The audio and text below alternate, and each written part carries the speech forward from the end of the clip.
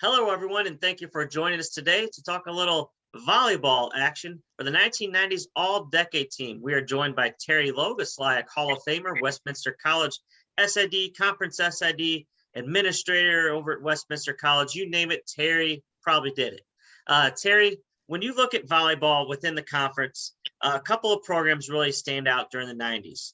Webster, Fontbonne, and Westminster. Who do you want to serve it off first with?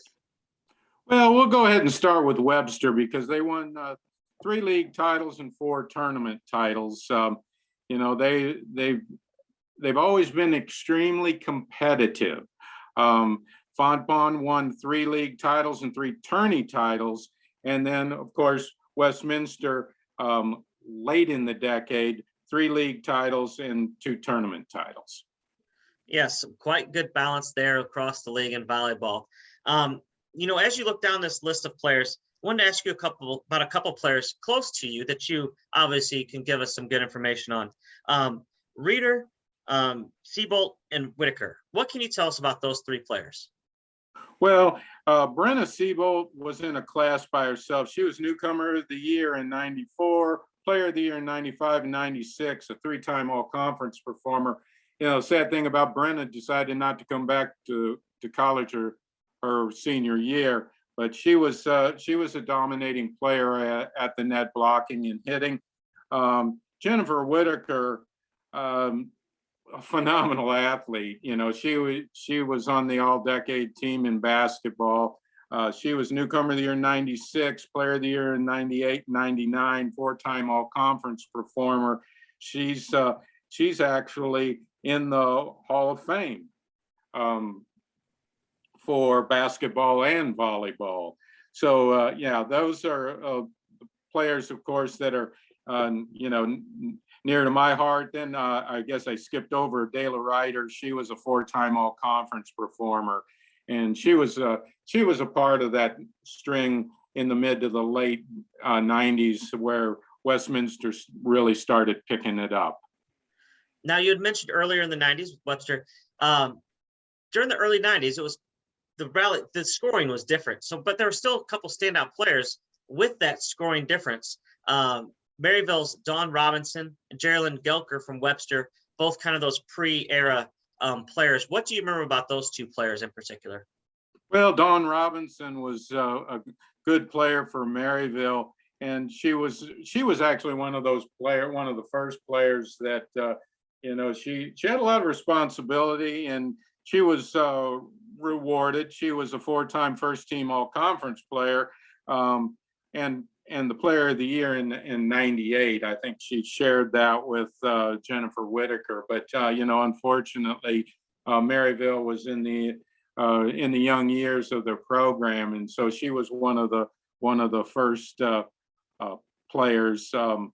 Then you might have mentioned another Hall of Famer, Geraldine Gelker from Webster, a 2-time player of the year 96, 97, a 3-time all-conference performer.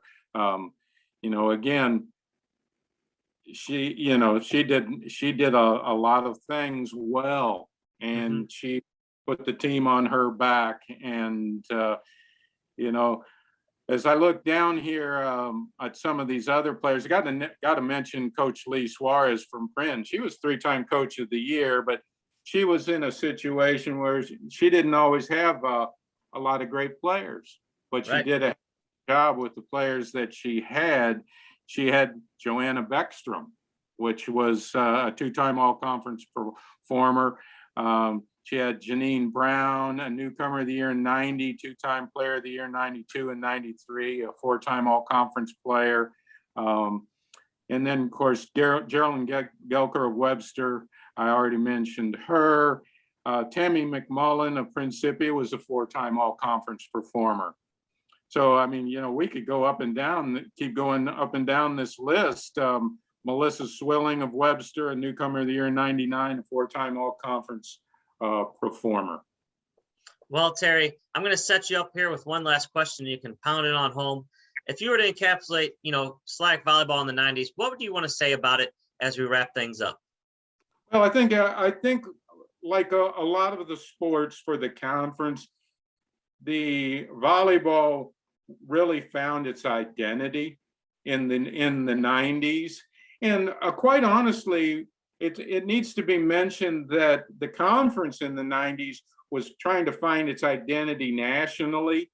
And I believe it was in 96 when we got proposition. I think it was 38 if you and I discussed it, but I'm losing track of all my numbers, when the AQ went into effect. And that really helped elevate our programs.